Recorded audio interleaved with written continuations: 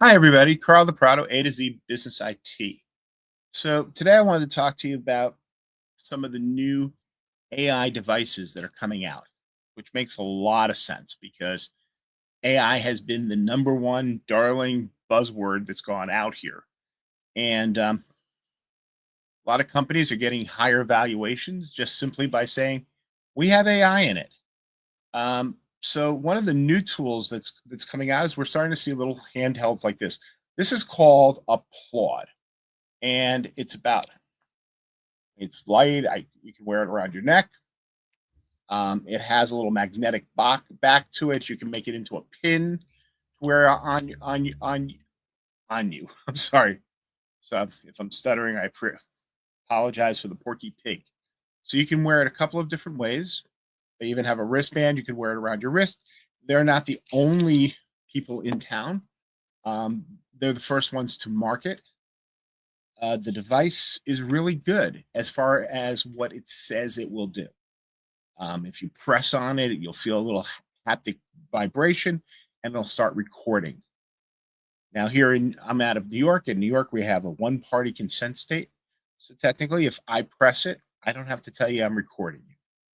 Other states, it's the same rules that you would have, might have both parties need to be of consent. I would definitely ask people before you record.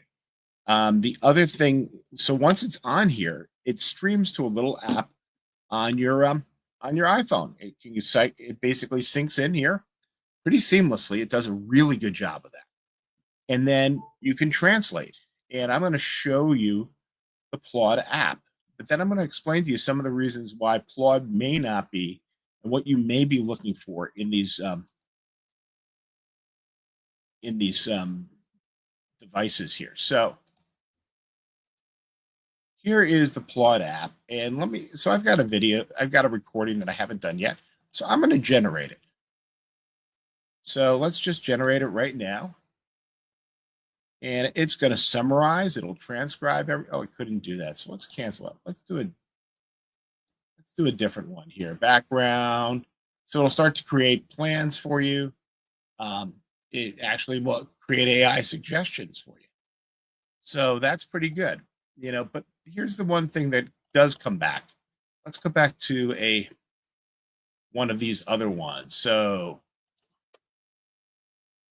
this was top vanity. We could go in here and change the note.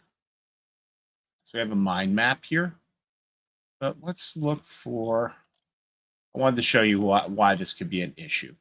So first of all, it's working really good. It starts to talk about, it summarizes everything, and you could share it out to ChatGPT, to your CRM, to something along those lines. But here's some of the problems that come up when you look at something like this. So one is the login. So the login on this device is does not allow for MFA, multi-factor authentication. So you can't use multi-factor authentication, which is simply just having an app or texting you a number so that you can have a third layer of security. And that bothers the heck out of me, especially since we're putting some of our deepest thoughts and times in, some of the most intimate stuff we have here. Now, we may not be putting PII information, personally identifiable information, but there's a lot about us that they could be here. It could pick up the tone of speech.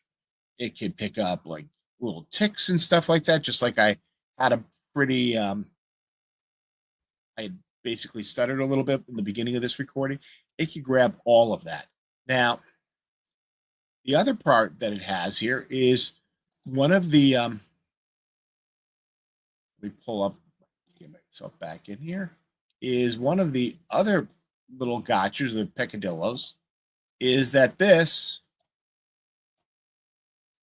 they're marketing towards medical professionals.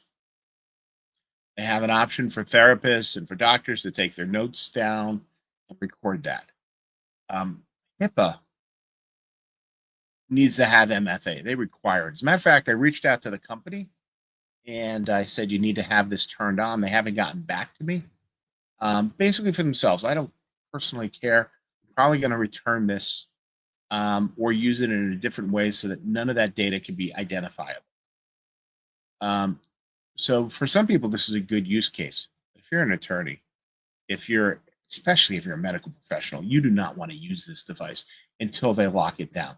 One of the other questions that you've got to ask yourself is when you record and the data, basically the way this device works is it records, it goes to Mr. or Mrs. Cell Phone.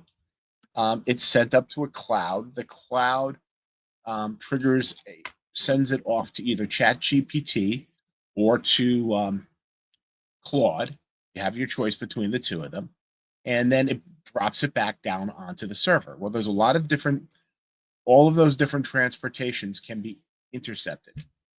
And you need to know that that's being securely monitored and that either Claude or ChatGPT is not retaining that data to train their AI with.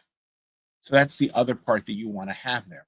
So, and then the other part, well, let's finish up the transportation. So first thing you want to have on this is you'd want to have a good login lock like an MFA. It's required. And it's required if you're going to be in the HIPAA field, if you're going to be dealing with sensitive data. And honestly, I think on a personal basis, you should have MFA. Because again, if you're using this as an assistant, you want those messages to be secure and you don't want to think twice about that. And MFA, even though it's not perfect, it is miles better than not having MFA. If not, then create a ridiculously long password for this. But that's not going to replace it, nor is it going to give you shield in a compliance issue to not have MFA. So if you're as nice as this looks, as cool as this looks, if I saw a doctor with this on a lapel on his shirt or around his wrist, I get why you'd want to have the device. You can't have it yet. You really should not be using this. You're really jeopardizing a lot by having it. You're really exposing yourself a lot to the HIPAA world, in there. The other ones that you're going to be looking at here is because if there's a breach, it's going to be embarrassing as hell for them, as far as having, not having an MFA and not having some of the other things. But let me talk about the other two problems that you've got with this from what I could see right now. One, we're talking about the transportation. Now, they may already have this because there was no way to clearly see how they're doing the transporting of the data from one location to another. But you've got a couple of hops, when you shift it. So first you have the audio that hits this device. Then it syncs up to the phone. So right there between the audio and the phone, generally pretty secure. We don't really have to go crazy. The Bluetooth connection, it's going to pull it up. The next step is where the issue comes in. It's automatically copied to their servers. So by doing that, that's also going to that also opens you up to another potential breach. So they should have a secured way that information is transported. They should be able to document that for us. They haven't done that. Now, when they do document it, and if they, and I'm hoping that they're going to correct this because it is such a darn great device, and I like how it's constructed, everything about it. But these things are really, really big issues. So the first thing that they should be able to do is document, okay, how are they securing it? Are they going to use something like a third-party auditor, like a SOC 2? Because that's kind of what they really need to have. Because if they're breached, there's, again, a ton of personal private information that will, I guarantee you, if you're an attorney out there and this breaches, start reaching out to a whole bunch of people because I'm sure there'd be it's not going to be 1 year credit monitoring. It's going to be a class action. Number 3 on this step is this data that's going up and back, when it's sitting on their servers, it should be encrypted at rest. That's one of the requirements of that. So you really need to have this data in an encrypted place. Now, this Claude is a relatively new company. A lot of the AIs, it's a startup. I'm sure it has investors. And if they have an issue here, not only are, with the cybersecurity, it will put everybody who touches it at risk. And what do I mean by that? I mean, the people who've invested in the program, ownership, because you've got potentially exposures. You have FTC safeguard rules. You have New York Shield Act, and every state has a version of New York Shield.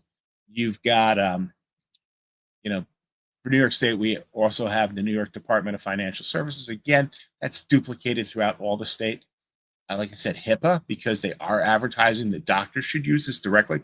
That's oh my gosh, the lawsuit can be there would be tremendous. And again, I'm not a lawyer, but I gotta say, if I advertise certain things and saying, that it needs to be made for a doctor, you've got to hit certain criteria. And I can tell you from a security point, this wouldn't pass muster with me. The other the other issue that you would have would be, besides the FINRA and the FTC safeguard rules is you'd have a ton of people probably ready to do a class action, and then you'd have the bad PR. So again, I'm hoping that Plaud's going to do everything corrected, in a correct manner to figure this out. Meanwhile, if you're working in a sensitive area, if you are, whether it's HIPAA, whether it's FINRA, whether it's you're in a CMMC location, you may really want to think twice before using a device like this. And there's going to be a couple more out there that I know B is coming out. It's started to ship some stuff.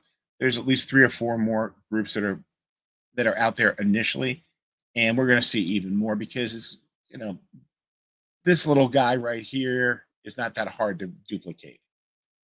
You make it, instead of looking like a pill, you make it look like a disc. And we're going to see a number of these things that are going to come out. Again, they need to be secure if you're going to use them in the workforce. This is kind of the stuff we look at when we're looking at any application or any device that goes in there. You want to have, and this is part of, like, when you look at the FTC safeguard rules, part of it is you need to vet your vendors. And this is kind of initial vetting. You put something like this in the field, you say, with the great intention of, we need to make our notes easier. We're not, you got a business problem, which is employees are not putting down proper notes. And, this is always taking up a lot of time. And you say, hey, this really fits our business problem. The other part you want to look at is your exposure. So this could be something that would really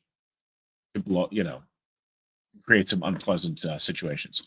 Thank you so much. If you have any questions, feel free to reach out to us at A to Z Business IT. Take care. Thank you.